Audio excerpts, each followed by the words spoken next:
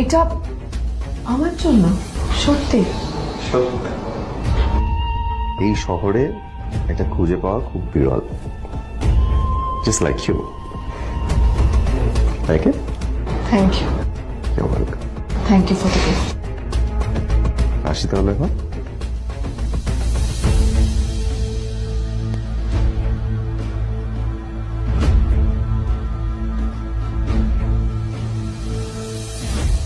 আদ্রিতা, আমি আজ পর্যন্ত তোমাকে কোন রকম উপদেশ দিইনি, কিন্তু আজ আমি তোমাকে বলতে বাধ্য হচ্ছি। এই যে এই লোকটা তোমাকে শুধুমাত্র ইমপ্রেস করার জন্য একটা নকল সস্তার হীরের গয়না দিয়ে গেছে। এরকম একটা লোকের সাথে তোমার মেশা উচিত না। ভবিষ্যতে কিন্তু তুমি বিপদে পড়বে। আদ্রিতা, আমি তোমাকে কথা দিচ্ছি, আমি তোমার জন্য আসল রেয়ার একটা হীরের গয়না এনে দেবো, এর চেয়েও দামি, এর চেয়ে অনেক অনেক বেশি দামি।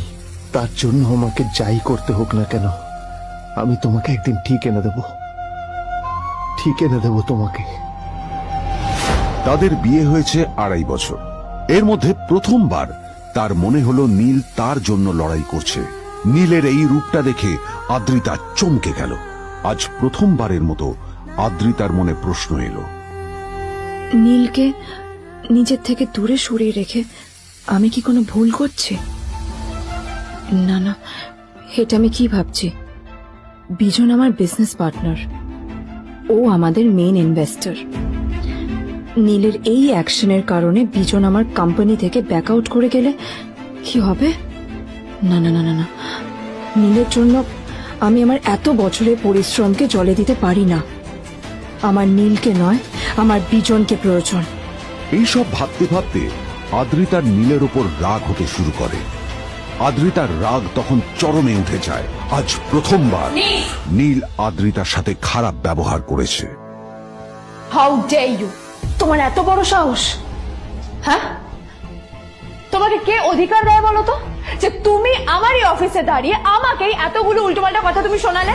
তোমাকে এখানে আনাই আমার ভুল হয়েছে, সবচেয়ে বড় ভুল হয়েছে। এবার চুপচাপ এখান থেকে বেরিয়ে যাও, right now. Get out! Neel আদ্রিতার এই কথার কোনো উত্তর দিল না। নীল জানতো যে ও যতই কথা বাড়াবে আদ্রিতা ততই বেশি রেগে যাবে। আদ্রিতা যেন তেন ভাবে নিজের রাগ চেপে ব্যাপারটা ওখানেই শেষ করার চেষ্টা করলো, কিন্তু বিক্রি করে দিলে ওরকম একটা ডায়মন্ড নেকলেস তুই কিনতে পারবি না। তোর এই গরিবের পারফিউম, সস্তা শার্ট, পায়ে একটা ফাটা চপ্পল নিয়ে নিজেকে বড় হিরো মনে করছিস?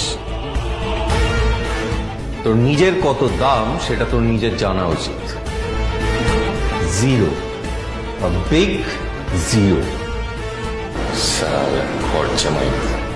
চল।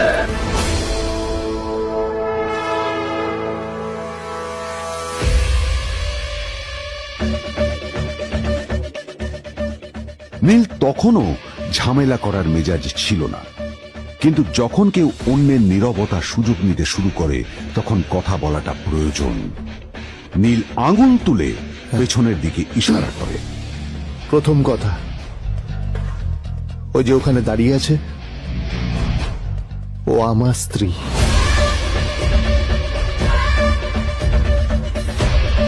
তাই আমার স্ত্রীকে তোমার নেকলেস দেওয়ার কোনো অধিকার নেই।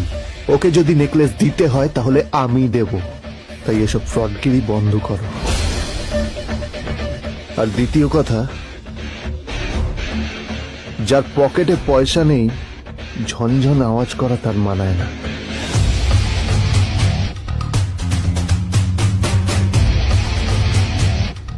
নীল বিজনকে তার সোয়াগ দেখিয়ে বেরিয়ে গেল।